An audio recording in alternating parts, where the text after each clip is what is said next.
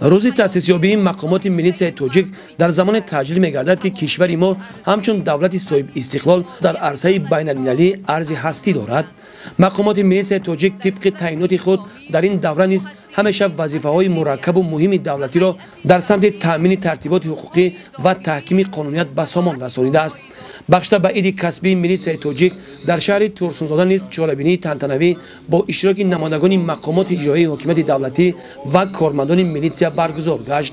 نمایندگان شعبه وزارت کارهای داخلی در شهر تورسونزاده، نمایندگان مقامات اجرایی حکومت دولتی، تمام کارمندان شعبه را به عید کسبیشان تهنیت گفته از جمله تاکید داشتند که بعد به دست آمدن استقلال دولتی میلیسیای تاجیک همیشه در صف پیش مبارزه با عنصرهای جنایتکار که خلالدار نمودن حیات آسایشته ساکنان مملکت، پایمال نمودن حقوق و آزادی‌های سخن، اینچنین ضعیف گرداندن پایه‌های دولتداری را می‌خواستند قرار گرفته بود.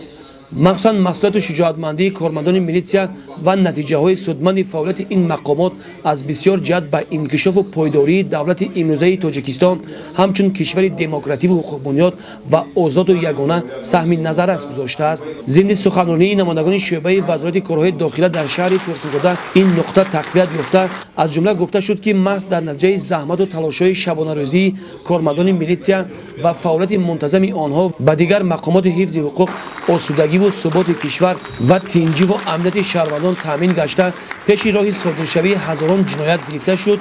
اشخاص جنایتکار آشکار و دستگیر و به جوابگری جنایتی کشیده شدند. در چاله‌بینی تنتنوی همچنین به یک قطار کارمندان فعال و سابقه‌داران شعبه وزارت کارهای داخلی در شهر تورسونزاده سپاسنامه رئیس شهر، سردار شعبه وزارت کارهای داخلی در شهر تورسونزاده تقدیم کرده شد. همچنین به عائله‌های کارمندانی که برای حفظ وطن جان باختند کمک مالی رسانده شد. برای همکاری سودمند رهبریت و کارمندان مقامات محلی نیز قدردانی گردیدند.